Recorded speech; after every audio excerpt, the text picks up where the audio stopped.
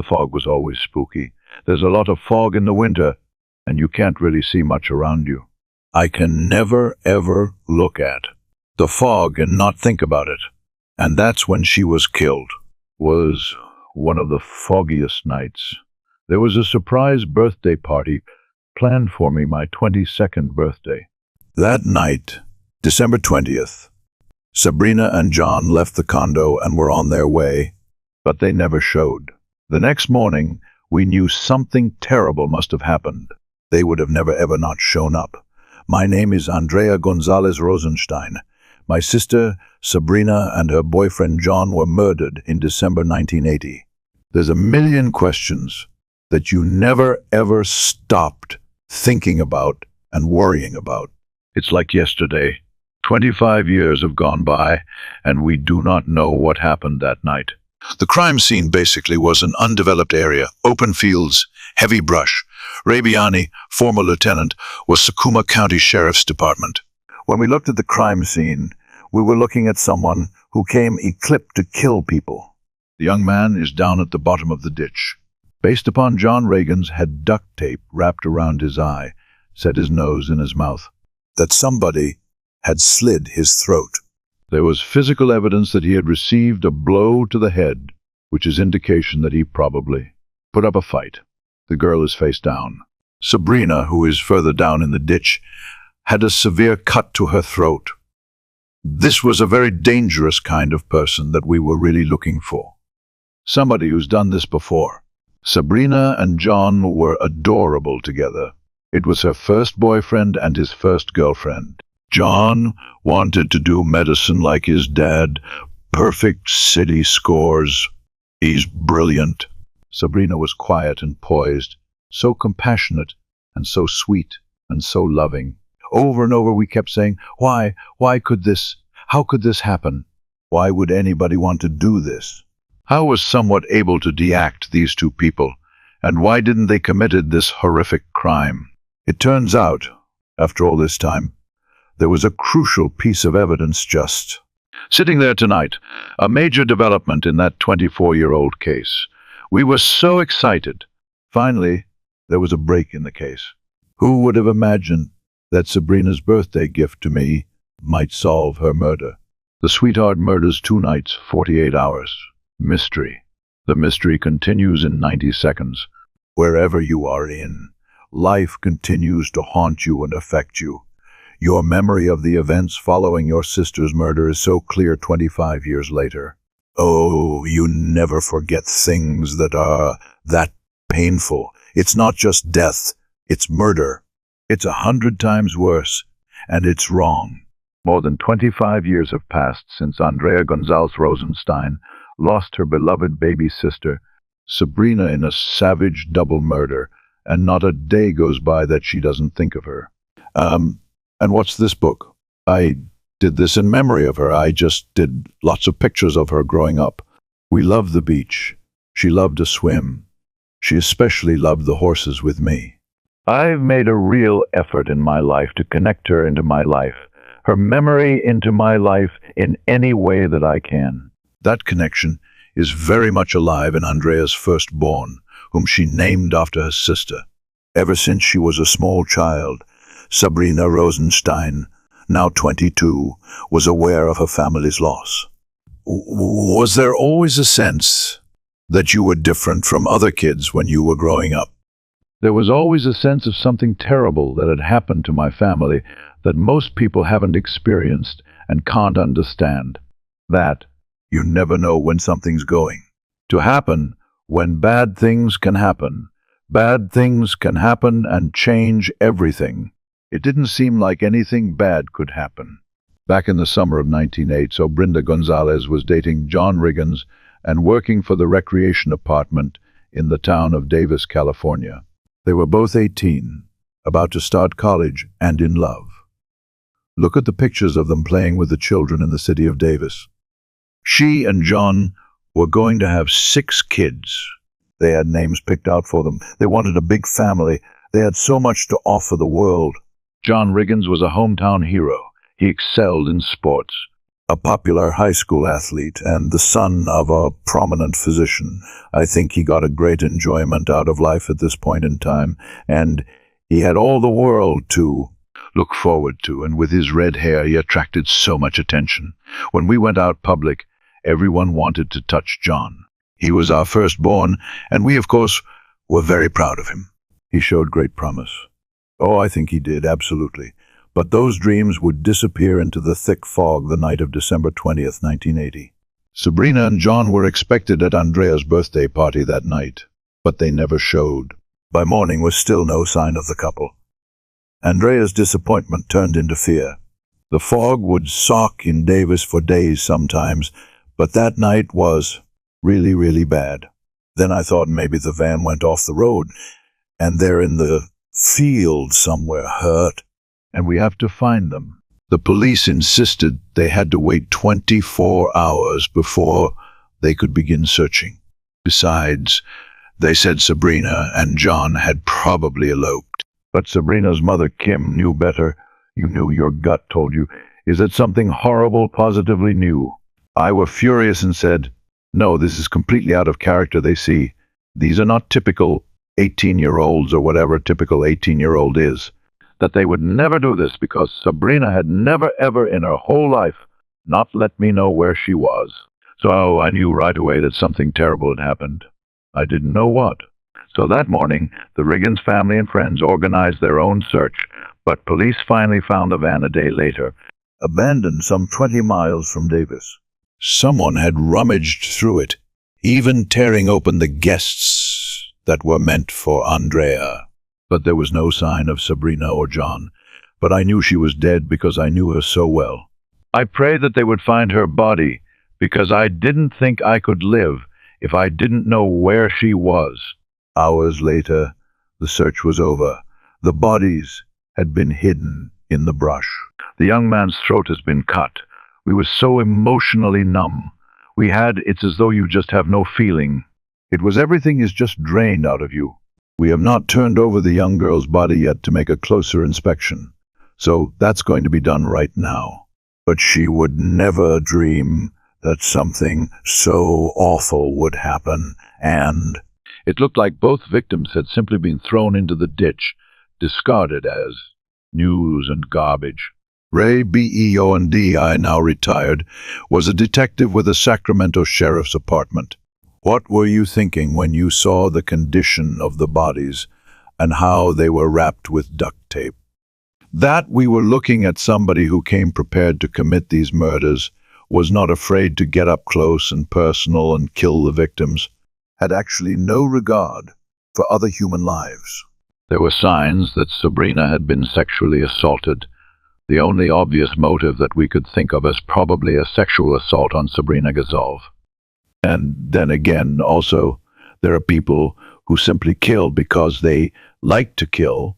But to think that it was sexually motivated is unbelievably horrible to me. That someone wanted pleasure and sex and was willing to kill her to get it is just the worst possible why that there. Could be beyond tag the victim's clothing to be tested for bodily fluids, and with another item, a blanket found in the van that was a birthday present for Andrea. This is the condominium where Sabrina lived with her older sister Andrea. Right, Beondi believes that killer was lying in wait as Sabrina and John left her apartments on their way to Andrea's birthday party. Logically, this would have been a place that induction took place. We're here somewhere in this area, somewhere that was deserted, less potential for witnesses. We're told that there was virtually no one around the apartment complex during that time. Most people were away on Christmas vacation. Top of that, it was the night of extreme fog. The murders of these UC Davis sweethearts generated hundreds of calls to the police. They released this composite sketch, hoping they'd find the killer before he struck again. So thought there were other victims out there. There are either other victims from the past, or there were going to be future victims.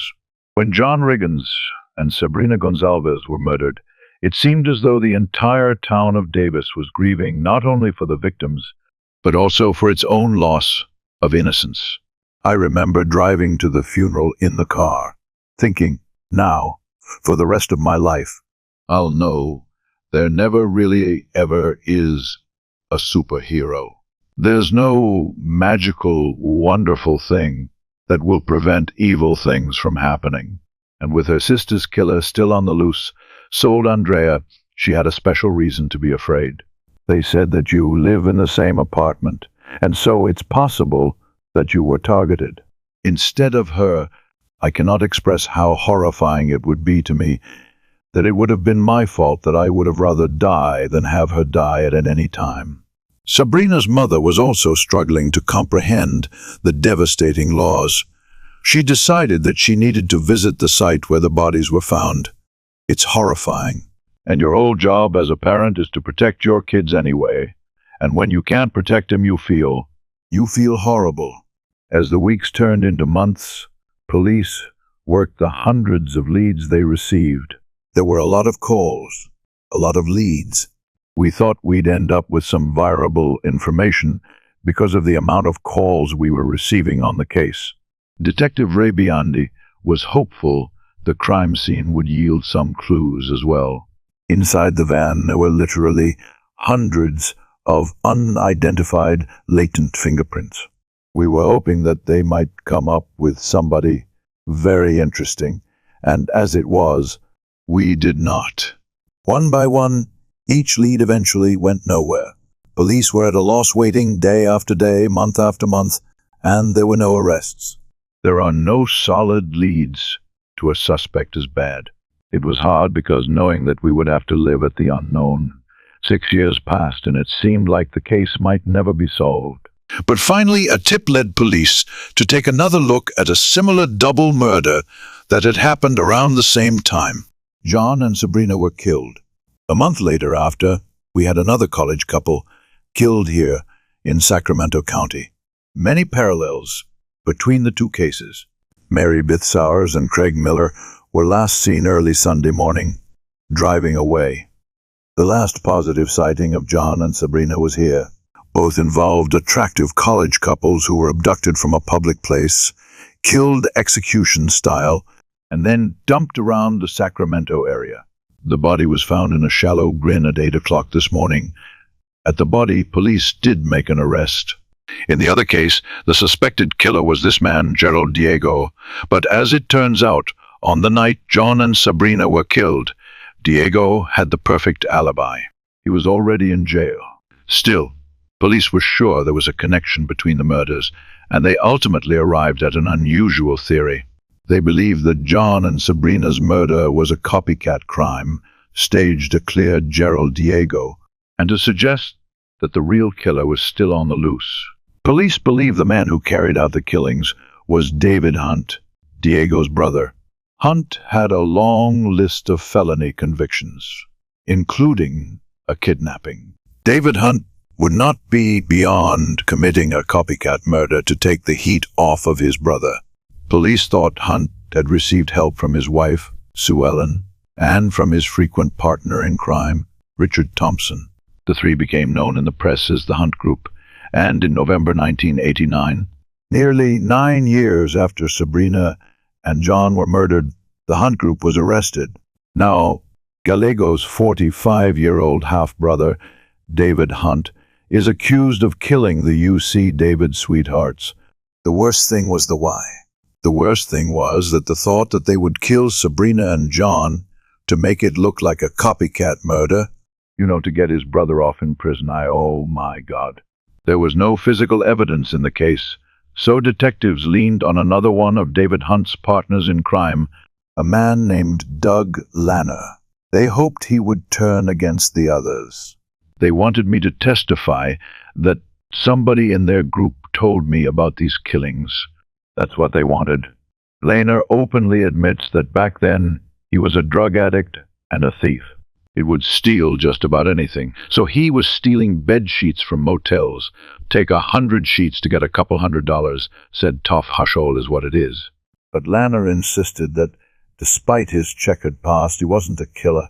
Were you near Davis, California during this period of time? No, I didn't even know where Davis was at that time. But you grew up here in California. Most of the time I was in jail. Man, each time detectives visited him, Lana told them the same things. I didn't know about these killings. I didn't know about any of that crap, but they thought I did. So they're to put all kinds of pressure on me and squeezed me till I coughed it up. Well, the fact the Vaders had enough too. That's because Lanner says they were all innocent. We didn't do it. Simple? Was that simple?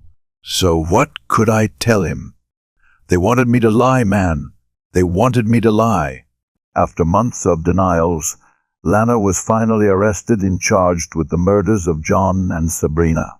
They needed somebody, and I was the fall guy. He and the rest of the hunk group were facing the death penalty.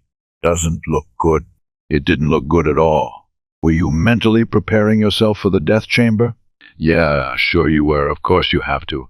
But on the eve of trial, a stunning piece of evidence was uncovered. Remember that blanket, Sabrina's birthday gift to her sister? It was determined that there was, in fact, a stain on the blanket. The stain was semen that had somehow been overlooked all this time. It was ordered tested for DNA. I said, "Do you know what, man? Now you're going to find out you got the wrong people. You're lucky you're doing it now before you kill us. All the new DNA tests could make or break this case." In January 1993, 12 years after the murderers of Sabrina Gonsalves and John Riggins, there was a dramatic development in the case against Doug Lanner and the rest of the so-called hunk crew. After nearly 3 years in jail, Doug Lanner is a free man today. The DNA evidence on the blanket, finally tested on the eve of the trial, failed to match any of the suspects, and various prosecutors had no choice but to drop the charges against all four. They framed me, and almost got away with it. I could be going to the gas chapter day, and that's an outrage. The prosecution described you and the others as sophisticated criminals. Yeah, right. Probably look like I'm sophisticated. Come on, that's the problem here. They think we're the sophisticated desperados, and we're not. The news was devastating to Sabrina and John's parents.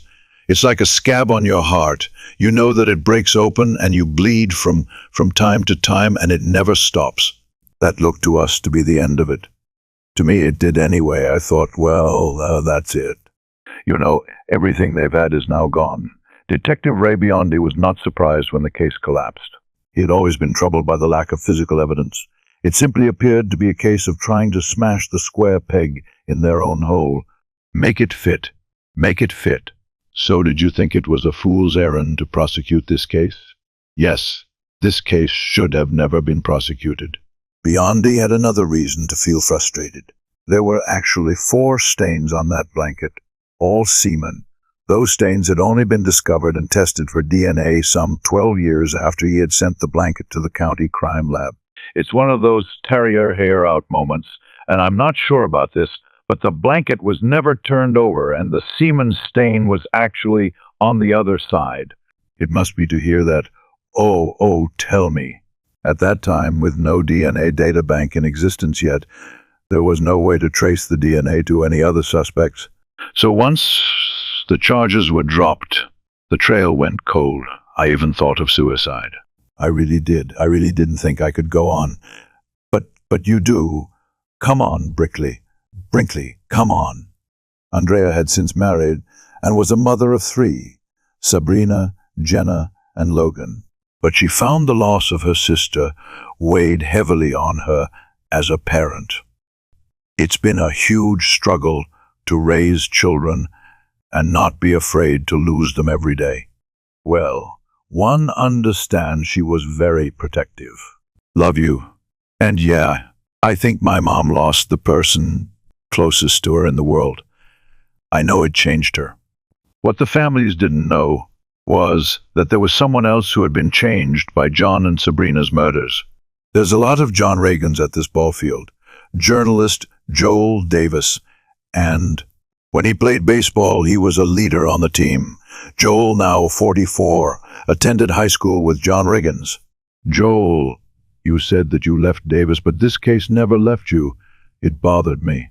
It just sort of bothered me that Here were these two people that deserved better, than to just be thought of his murder victims of an unresolved case. He decided in the year 2000 to write a book about the still unsolved case. Joel had no way of predicting back then that he himself would become part of the story. When I was reading those court transcripts, there was times a hair on the back. My neck was standing up because it just was a fascinating case. As he kept digging, Joel realized it was not too late to take a fresh look at the blanket. DNA technology had become more sophisticated, and samples could now be compared to those of convicted criminals stored in a new database. And I do think that the pot needed to be stirred and the case needed to be held up to the light. So, in 2002, he contacted the prosecutor in charge of Sacramento's new cold case unit and didn't let up. I've had people say, you're obsessed. You're obsessed with this, and I'm like, no, I'm not obsessed. I just did my job. By that time, Joel was doing his job in the face of an overwhelming personal challenge. At the age of 38, he was diagnosed with Parkinson's disease. How is your health? When you have Parkinson's, you've got to say the glass is half full. That's the way you serve Michael J. Fox likes to say, he calls it the gift that always takes. I was able to get an operation. Not everybody's able to get a deep brain stimulation surgery operation that allows me to move my hand in type. And it actually allowed me to finish this book. I've had my ability to walk taken away. I've had my ability to sign a check taken away, but I can still write. The Parkinson's may have slowed him down a bit, but Joel's persistence paid off. Investigators reopened the case. How important was Joel Davis's work? He put pressure on them to choose this case, for them to do this year and not wait and do other cases. In that case, he was invaluable. Remarkably.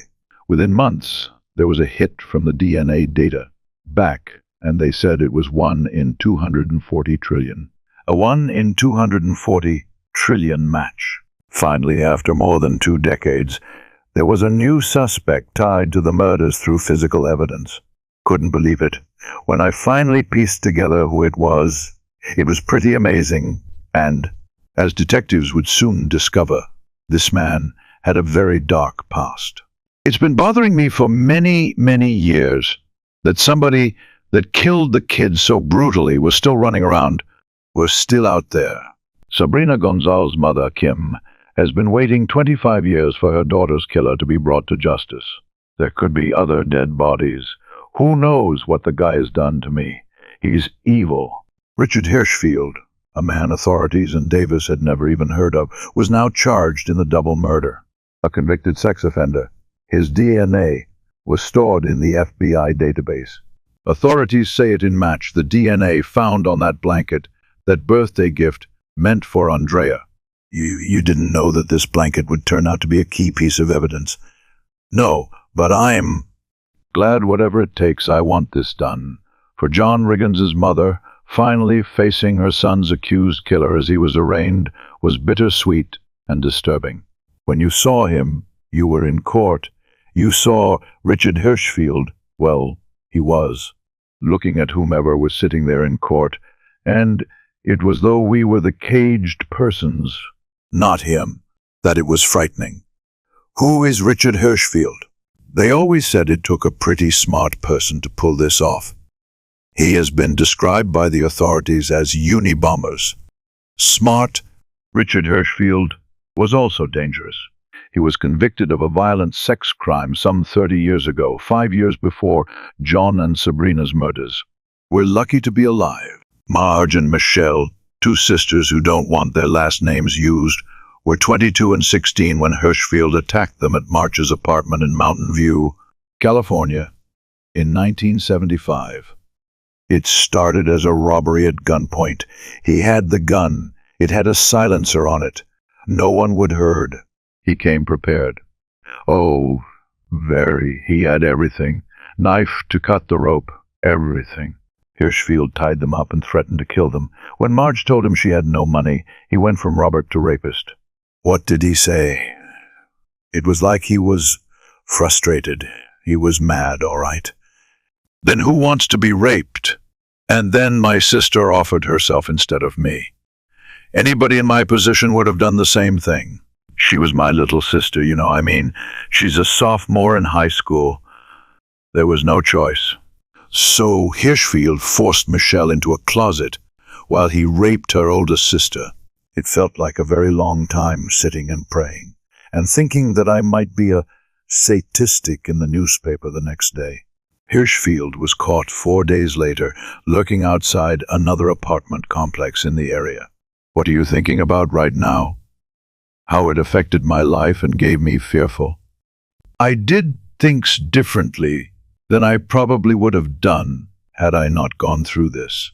By pushing my bureau up against my door at night so that I could sleep. Hirschfield served only 5 years in prison for that home invasion and rape. He was paroled in July of 1980. John and Sabrina were killed later that year. What should happen to Richard Hirschfield now if he's convicted of this crime? A 25-cent bullet? How many chances does somebody need? After being paroled, Hirschfield lived with his younger brother Joe in the town of Arbuckle, some 40 miles from Davis. Authorities believe they were both still living in the area at the time of the Sweetheart murders. Joe had no criminal background as far as I knew. Almost 20 years later, in 1999, Joe, an auto mechanic, married Lana, and he was just a really kind, gentle person and happy all the time. Happy. But Lena never met his brother Richard. He didn't talk a whole lot about his family. He did tell me that the reason he was estranged from his family, that there was some sort of a disagreement. She and Joe were enjoying their new life together in Beaver Creek, Oregon. But everything changed in November 2002 when detectives came knocking at their door. They wanted to talk to Joe about his brother. I noticed that his face was quite red, and I asked him if the detectives had come talk to him, and he said yes, they had. And I asked him if that had upset him, and he said yes. It was disturbing. Detectives had told Joe his brother's DNA was connected to an unsolved double murder. Lena was completely unprepared for what would happen. Just 1 day later, she discovered her husband's body in his car. He had committed suicide by carbon monoxide poisoning. I don't understand how I couldn't be in shock. I'm sure I was in shock. Police seized as evidence a suicide note left by Joe, a note that would finally help unravel the mystery of the Sweetheart murders. In it, police say Joe expressed his love for his wife, but said he had been living with this horror for 20 years. Joe then named the killer. He said, Richard did kill those people. He said, I didn't kill anyone, and it would just be a matter of time until they found his DNA there also and would be coming after him. Detectives always thought that John and Sarna's killer must have had help leaving the scene. John Riggins' van was end in, so somebody had to be around to pick him up. Very little likelihood. Depression could have caught a ride somewhere on a very dark highway. At last, police felt they were heading in the right direction in solving Sabrina and John's murder. Do you believe Richard Hirschfield is responsible for your sister's murder? Oh, I have no doubt he was. I think he was. Yes, I really do. With the arrest of 58-year-old Richard Hirschfield, Sabrina and John's families believe the prosecution finally has a strong case. I've never used the word closure, but a conclusion is near. There is no closure, Will. That relieves some of the pain that you've been carrying all these years. I just want the guy to never be able to get out again. But it's not going to be a relief for me because I have to live my whole entire life without Sabrina. Hirschfield pled not guilty, and his attorney, Linda Parisi, insists the case is anything but a slam dunk. Despite the DNA on the blanket and the suicide note from his own brother, saying Richard did kill those people, Richard Hirschfield is innocent of these crimes. Yes, he did not kill Sabrina Gonsalves and John Riggins. I believe that's absolutely correct. He did not. He was not involved. Paris insists that Joe Hirschfield's suicide note should not be admitted into evidence. Whatever role he may have played in the crime remains a mystery. Joe's DNA was not found at the scene. As for the DNA hit on Richard, I don't know if we can rely on that. 1 in 240 trillion. We don't even know what that number means. Ultimately, we must have confidence in the testing, that there was no contamination either at the lab or beforehand, in order to trust the result. But if indeed it is her client's DNA found on that blanket inside the abandoned van, Paris claims someone could have planted it there. Certainly there have been cases where DNA has been planted. And we were talking about semen, right? And there are cases where that has occurred. Where semen has been planted on Evans. That's exactly right. Barcy claims there's another possibility that Hirschfield might have been wandering in the area and found the van. He had a misfortune of stumbling upon this van on the night that Sabrina Gonsalves and John Riggins were murdered, and somehow just left his bodily fluids on this blanket. That is not beyond the realm of possibility. Retired Detective Ray Beondi doesn't buy it. I'd find that to be totally preposterous. There's someone else who doesn't buy Hirschfield's innocence. His ex-wife, Lynn, who was briefly married to him 10 years ago. She is speaking out for the first time, and she has a stunning accusation that Hirschfield molested her son. He wanted my son for himself. When I look back on it, that was his plan. To protect her son's privacy, Lynn asked us not to show her face or any recent photos of him. She says when he was a child, she could not understand why her son suddenly became withdrawn. When he was 7 years old, he was the happiest child you can imagine, and his eyes sparkled and he laughed all the time. And then one day, that was gone. Then to Lynn's shock, Hirschfield was arrested for molesting 2 little girls in their neighborhood. And I just started piecing all these little things together, and one day I just asked him, I just said, were you molested by Richard? And he said yes. Lynn never pressed charges to spare her son. The ordeal of a trial, Hirschfield denies he ever abused him. His conviction for the molestation of the 2 little girls has since been overturned on technical grounds. This time, Richard Hirschfield faces the death penalty, a punishment Sabrina's father, George, says he deserves. Even, in fact, a death penalty for him would be a break compared to what he gave the kids. Okay, you see, when he took those kids' lives, they didn't get a chance to say goodbye to their parents, and they were suffering. But with some 100,000 pages of discovery, this case may not go to trial for another year or 2. Well, I think the frustrating part about all of this is whether we'll be alive. I mean, I'm 71 years old, and that is a concern. Proceedings were further delayed when Hirschfield was beaten by other inmates and suffered a broken head. The title of Joel Davis's book, Justice Waits, seems more fitting than ever. Are you resolved to writing the final chapter of this case? If I'm bodily able, sure. It's been the most rewarding, fulfilling thing I've ever done. While Andrea waits for justice for her below of its sister, can I put you on a Christian? She has filled the void in her life by adopting 3 more children. Are you okay? Always with Sabrina in mind, careful Cody. I wanted to do this, and I wanted this to be in her memory.